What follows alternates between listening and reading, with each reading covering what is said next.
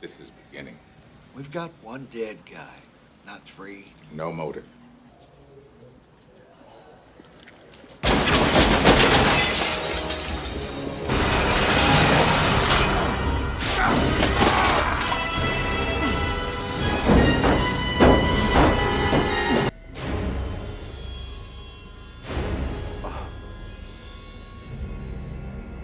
He didn't know.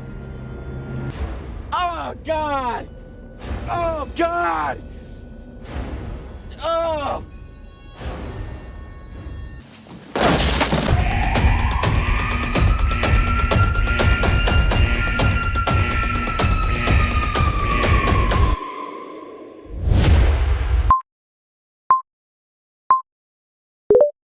Detective William Somerset, a seasoned and meticulous investigator, prepares for another day. The camera lingers on his belongings, a neatly folded shirt, a badge carefully placed on the table. Somerset's movements are deliberate. Everything in his life follows a calculated order, a stark contrast to the chaos he investigates daily. At the precinct, Somerset meets his new partner, Detective David Mills. Mills is brash, eager, and a stark contrast to Somerset's calm demeanor. The dynamic is instantly tense. Somerset's reserved skepticism clashes with Mills' youthful enthusiasm. They exchange clipped words, foreshadowing the uneasy partnership that lies ahead. The first case brings them to a dimly lit apartment. The air is heavy with the stench of decay. Somerset observes the scene with clinical precision, taking in the grotesque sight of an obese man, face down in a bowl of spaghetti. His body is bloated, his flesh bruised. Beside him, a bucket of vomit and an empty bottle of oil. Mills, less experienced, struggles to mask his disgust. On the way to the laboratory, Mills feels annoyed because Somerset is too controlling and bossy. When they arrive at the lab, a doctor explains that the man's death was caused by incessant eating, which led to a ruptured stomach, and there is also a swollen wound on the back of his head, as if a gun was pointed at him. Somerset provides a report, stating that the killer forced the victim to keep eating until he died. He also mentions that this murder is strange and lacks a clear motive. This case is only the beginning, Somerset says. The case is then assigned to Detective Mills, as Somerset is soon set to retire. On Tuesday, the following day, a second murder occurs involving a renowned lawyer in his office. The serial killer writes the word greedy on the floor using the victim's blood, and parts of the victim's organs are placed on a scale, symbolizing unjust law. Mills also notices a photograph of his wife, marked with red blood over her eyes. At the same time, Somerset is given a clue related to the first murder involving the obese man, a splinter of wood placed inside an evidence bottle. Wasting no time, Somerset returns to the crime scene to unravel the mystery.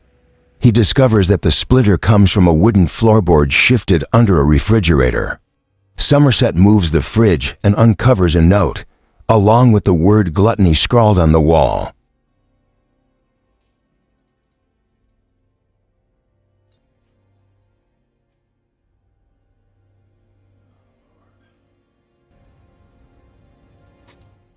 Somerset reports his findings and connects the two murders through the words gluttony and greedy. These words are linked to the 7 deadly sins, implying that 5 more murders are likely to follow: sloth, lust, pride, wrath, and envy. Once again, Somerset remarks that this is only the beginning, warning that 5 more murders will occur.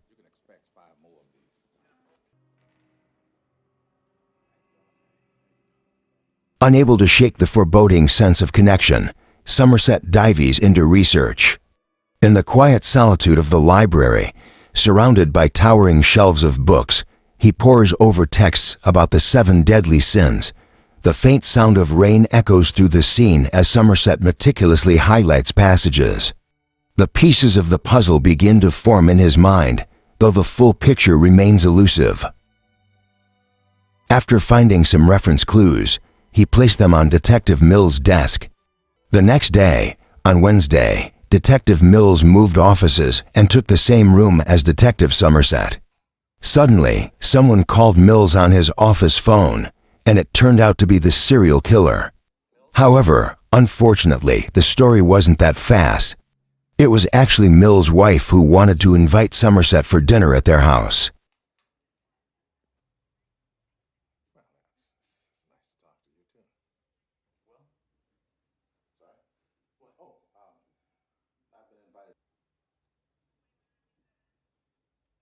During dinner, they shared stories about their lives. Tracy, Detective Mills' wife, shared that she had been dating Mills since they were in school, unlike Sommerset, who lived alone and didn't have a partner because people considered Sommerset to be annoying. After dinner, Detective Sommerset and Detective Mills continued their work by piecing together each clue they had gathered from the brutal murder case. Mills showed all the photos from the crime scene and discussed with Sommerset the heinous events carried out by the killer. This was very strange because there was not a single clue pointing to the perpetrator of the murder. Mills also said that he had seen a photo of his wife with her eyes circled in blood.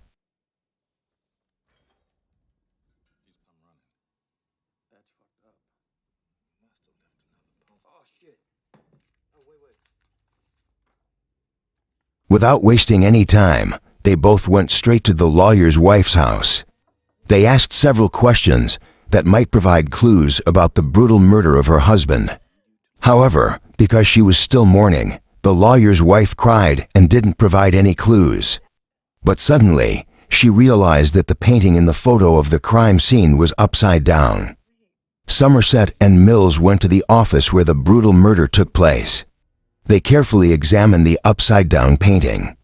However, after a long inspection, Detective Mills became very frustrated because he felt that the perpetrator was toying with him. Sommerset, remaining calm, checked everything and finally found some fingerprints.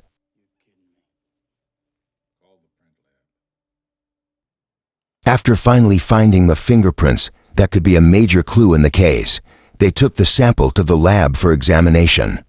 Once again, something confusing was revealed from the fingerprint analysis. It turned out to form the words, "Help me." The examination took such a long time that both detectives became extremely tired and fell asleep on the sofa in the front room while waiting for the lab results.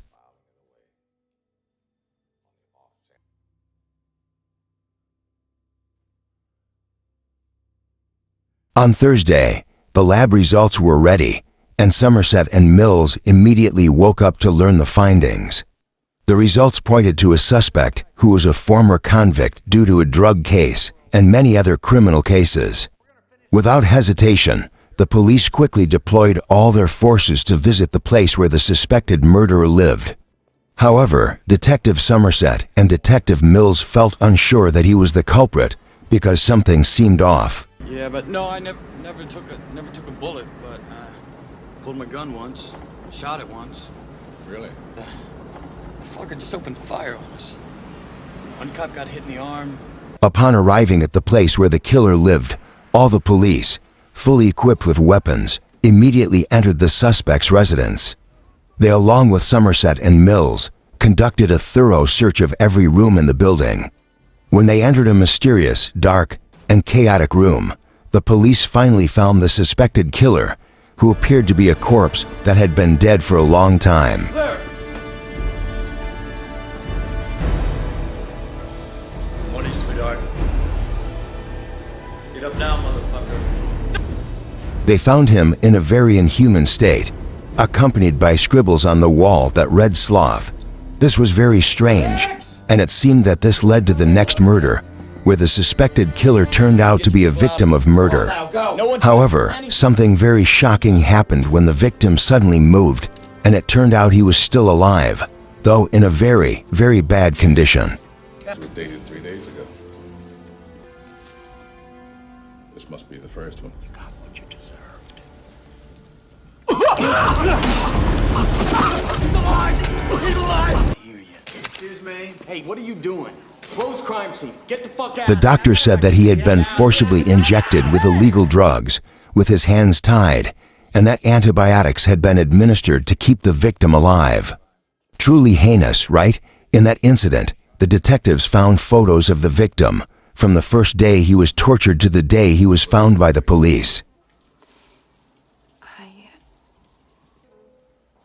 You're the only person that I know here. At the end of the night, Tracy suddenly called Somerset and asked him to meet the next day at a cafe because she wanted to talk to him. At the cafe, Tracy shared that she was pregnant, but she hadn't told Mills yet because she was afraid it would distract him, as he was very busy with his work at the moment. The chance you get.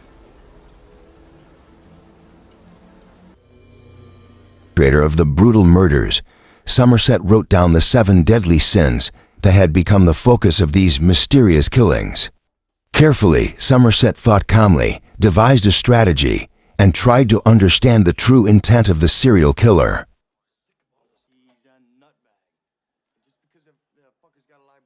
In their conversation, Somerset said that this person must have read many books in a library, because he realized that every quote left on the papers was a sentence taken from several books he had read and seemed very familiar. However, Mills, who had a different personality from Somerset, disagreed and rejected what Somerset had said. Mills felt that it was impossible and too strange. Somerset said that they needed to search for his name in the library, but once again, Mills was reluctant to do so, thinking it would just be a waste of time and pointless. However, in the end, Mills joined Somerset at the library to search for the list of names in the library. Somerset managed to obtain a list of individuals who visited and borrowed books from the library. Among them, he identified someone whose profile matched the pattern of thought in the case, and who was most likely the perpetrator, a man named John Doe. The 2 detectives immediately headed to an apartment suspected to be John Doe's residence. At first glance, it seemed empty. However, moments later, a mysterious man suddenly approached the apartment and noticed the 2 detectives searching for him. Without hesitation, he stopped, pulled out a gun, and began shooting at Somerset and Mills. There was no doubt it was John Doe, the ruthless serial killer. Mills and Somerset quickly pursued John Doe as he attempted to flee from the detectives. The man was incredibly agile and moved with remarkable speed, making it difficult for Mills and Somerset to keep up. Using his parkour skills, John Doe navigated obstacles effortlessly, adding to the challenge of the chase.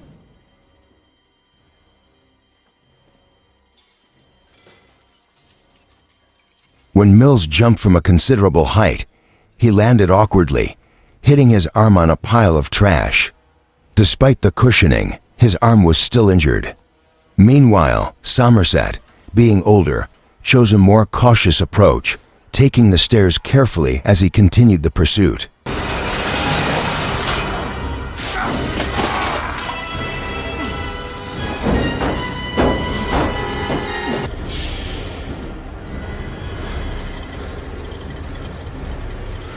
As they entered a narrow alley, John Doe hid behind a truck and suddenly ambushed Mills, striking him to the ground and pointing a gun at his head.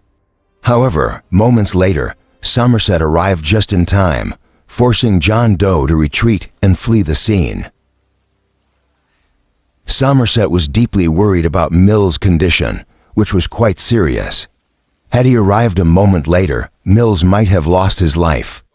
They returned to John Doe's apartment, where Mills, frustrated and angry, couldn't hide his disappointment over John Doe's escape.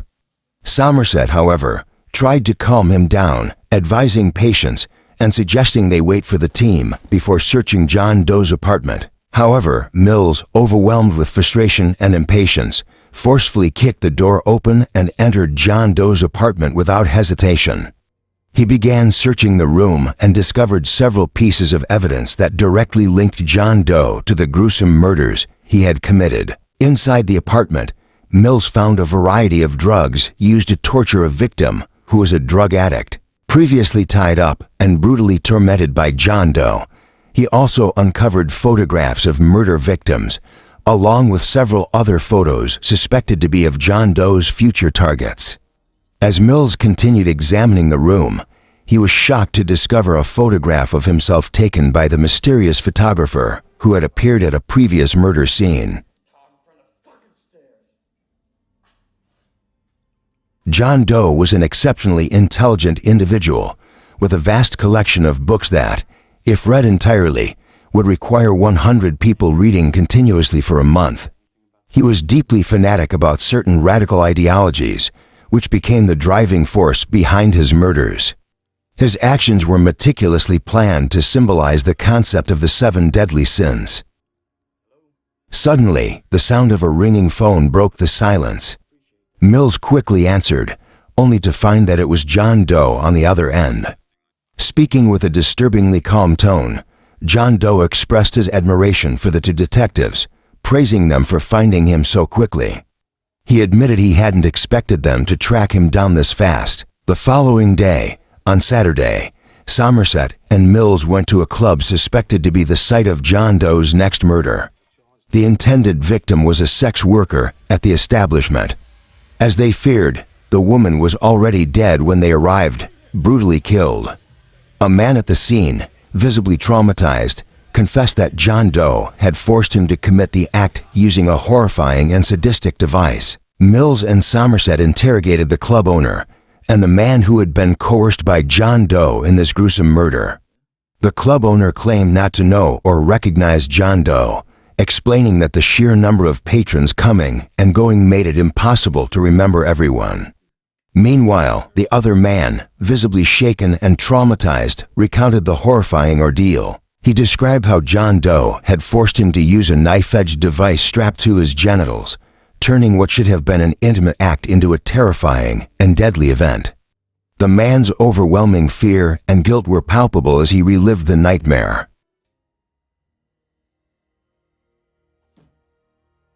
The next murder, the 5th in the series, involved a celebrity known for her stunning beauty. John Doe killed her in a grotesque and brutal manner, disfiguring her face beyond recognition. On the wall of her room, he scrawled the word pride in bold letters, leaving a chilling message that tied her death to his twisted interpretation of the 7 deadly sins. As the 2 detectives were walking back to their office, they were suddenly approached from behind by a bald man, his body covered in blood. To their shock, the man calmly surrendered himself at the station. It was John Doe. Yes, the very same John Doe who had plunged the entire city into fear with his horrific and brutal crimes. John Doe was immediately arrested and brought in for interrogation. It quickly became clear why the detectives had never found a single fingerprint of his at any of the crime scenes. John Doe had gruesomely sliced off the skin on all his fingers to erase any trace of his identity. A chilling and horrifying revelation. It underscored just how far he was willing to go to execute his twisted plans. Somerset and Mills were deeply suspicious of John Doe's sudden and calm surrender. His demeanor was unnervingly composed, showing no fear or remorse, which only added to the peculiarity of the situation. This strange turn of events left the detectives puzzled and full of questions. What was John Doe planning? What was the purpose behind his voluntary surrender? The uncertainty and enigma surrounding his actions left both detectives feeling uneasy and struggling to piece together the true motives of this sinister mind. After speaking with John Doe's lawyer, it was revealed that John Doe was willing to disclose the location of the next murder, but only on the condition that he personally accompany the detectives, and only Somerset and Mills could go with him. Reluctantly, the 2 detectives agreed, knowing this might be their only chance to uncover the truth. They quickly prepared themselves, equipping the necessary safety gear, as they braced for what could be another twisted move in John Doe's sinister game. During the journey to the next murder site, a helicopter with additional team members followed them from above, monitoring their movements from the air. Inside the car, John Doe appeared unsettlingly calm and relaxed, even seeming to enjoy the ride. His composure only deepened the tension for Somerset and Mills, who couldn't help but wonder what twisted plan he had in store. As the journey continued, Somerset and Mills asked John Doe several questions, trying to understand his mindset. John Doe, who was fanatical in his beliefs, answered their questions with chilling calmness, showing no remorse or guilt for his actions. He explained that, in his view, humanity needed to be reminded and punished for the 7 deadly sins they had committed, as he believed these sins had corrupted society. His detached attitude and rationalizations only deepened the sense of horror surrounding his twisted reasoning. In the middle of the journey, the helicopter team informed Somerset and Mills that a van was approaching their vehicle. It was suspected to be part of John Doe's accomplices, possibly attempting to rescue the deranged killer. Realizing the danger, John Doe was swiftly removed from Somerset's car and taken into protective custody, as the situation rapidly escalated into something much more complicated than they had anticipated. As the van drew closer to John Doe, Mills quickly aimed his pistol at him, ensuring that John Doe couldn't make any sudden moves. Meanwhile, Somerset swiftly entered the vehicle and drove toward the approaching van, preparing to confront the potential threat. The tension was palpable, with both detectives fully aware that any wrong move could escalate into something far more dangerous. Someone from the van stepped out, claiming to be just a delivery courier, there to hand over a package to John Doe. The courier appeared terrified, quickly grabbing a mysterious box, likely something dangerous, possibly a bomb, and handed it to Somerset before running off in a panic. The situation became even more precarious as the detectives now had a potentially deadly package in their hands, with the courier fleeing in fear and adding to the chaos surrounding John Doe's twisted plans. With great caution and bravery, Somerset carefully used a knife to open the mysterious box, his movements slow and deliberate, aware that it could be dangerous. Meanwhile, Mills kept a wary eye on John Doe from a distance, who continued to taunt and distract him with incessant chatter, trying to unsettle the detective's focus. Mills, however, stayed vigilant, knowing that every moment counted in preventing any potential threat from escalating. Somerset, having successfully opened the box, was immediately shocked by its contents. His expression shifted to one of disbelief as he quickly glanced over at Mills. Mills, confused and increasingly curious by Somerset's reaction, shouted from a distance, urgently asking, "What's inside the box?" The tension was thick in the air, as both detectives realized that whatever was inside could be the key to unraveling John Doe's final move. Mills repeatedly asked Somerset what was inside the box, his voice filled with urgency. However, Somerset didn't answer, instead focusing on calming Mills, who was becoming increasingly emotional. John Doe's unsettling words only added to Mills' distress. He coldly revealed that, earlier that morning, he had visited Mills' home and played out a disturbing charade, pretending to be a husband to Tracy, Mills' wife. The revelation hit Mills hard, further fueling his anger and fear, while Somerset struggled to keep the situation from spiraling out of control. The truth was finally revealed. The box contained the severed head of Detective Mills' wife, Tracy. John Doe coldly added that Tracy had been pregnant, a fact Mills had been unaware of.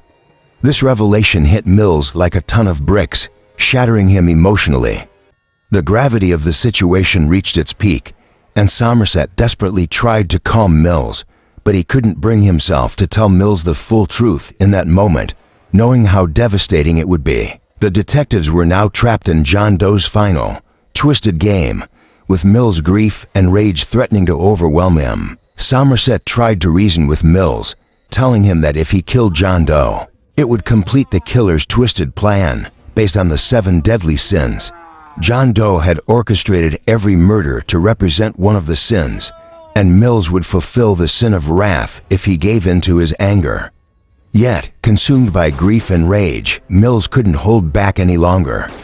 In a moment of sheer emotional turmoil, he shot John Doe dead. In doing so, John Doe's sin of envy was fulfilled, while Mills unknowingly became the embodiment of wrath, a tragic conclusion to the horrifying game that John Doe had meticulously planned. At the end of the story, Mills was arrested for the murder of John Doe. Somerset, reflecting on the tragic events that had unfolded, quoted a line from a book, "This is a beautiful world, and it's worth fighting for."